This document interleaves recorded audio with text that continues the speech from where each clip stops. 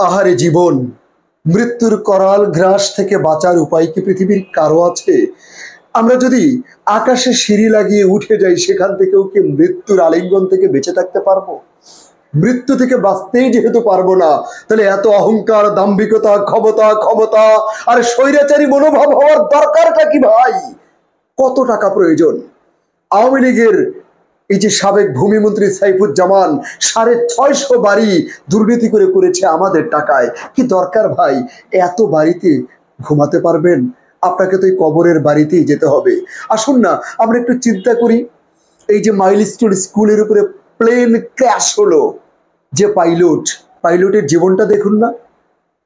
1997 সনের 9 নভেম্বর রাজশাহীর বোয়ালমারীর সফুরা সয়াঘাটির তহুরুল ইসলাম এবং সালেহার বড় আদরের সন্তান। পাবনা ক্যাডেটে যে দোর্দণ্ড দাপটে মেধাবী স্টুডেন্ট ছিল, 2020 সনে যে বিউপি থেকে অ্যারোনটিক্যাল ইঞ্জিনিয়ারিং এ পাশ করেছে। এই তো সদ্যমাত্র কদিন আগে, মাত্র 6 মাস আগে ব্র্যাক বিশ্ববিদ্যালয়ের শিক্ষিকাকে বিয়ে করলো। এখনো বাচ্চা কাচ্চাও তো হয়নি, এখনো নতুন সংসারের শুরু তো মাত্র।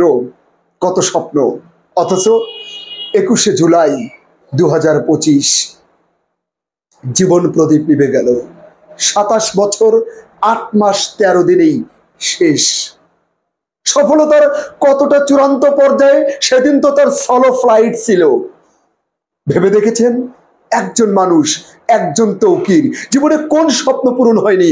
ক্যাডেটে পড়েছে, ভালো রেজাল্ট করেছে, দেশ বিদেশ থেকে অনেক কোর্স করেছে, শিক্ষামূলক অনেক ডিগ্রি নিয়েছে, বিউপির মতো জায়গা থেকে অ্যারোনটিক্যাল ইঞ্জিনিয়ারিং এ পড়াশোনা করলো, পাইলট হয়ে আকাশে উড্ডয়ন করলো, কিন্তু মৃত্যু এসে তাকে থামিয়ে দিল। শুধু তো তাকে থামায়নি, কত ফুলগুলো পুড়ে গেল মাইলস্টোন স্কুলের, যাদের নিয়ে কত স্বপ্ন ছিল, তার বাবা মার স্বপ্ন ছিল ছোট্ট ছোট্ট ফুলগুলোর। চলে তো যেতে হলো, যেতে তো হবে ভাই। তাহলে কিসের এত অহংকার, কিসের ক্ষমতার দাপট? এত অহংকার, এত অহংকার! জীবনের কাছে পরাজিত হতেই হবে মৃত্যুর কাছে। তাই আসুন না, মৃত্যুকে ভুলে গিয়ে নয়, মৃত্যুকে মাথায় রেখে, স্মরণে রেখে, যিনি আমার রব, যিনি আমার সব, সেই আল্লাহ তাআলার কাছে আত্মসমর্পণের মাধ্যম দিয়ে জীবনকে মৃত্যু সামনে রেখে এগিয়ে চলি। সফলতা দুনিয়াতে যতটুকু আসবে আলহামদুলিল্লাহ, আখিরাতের জীবনে জান্নাত হোক চূড়ান্ত সফলতা। আল্লাহ তাআলা এই লেফটেন্যান্ট তৌকিরকে শহীদ হিসেবে কবুল করুন। মাইলস্টোন স্কুলের প্রতিটি ফুলকে শহীদ হিসেবে, অসুস্থদেরকে আল্লাহ তাআলা উত্তম সেবা দান করুন, পরিবারকে সাবরুন জামিল দান করুন। ধন্যবাদ।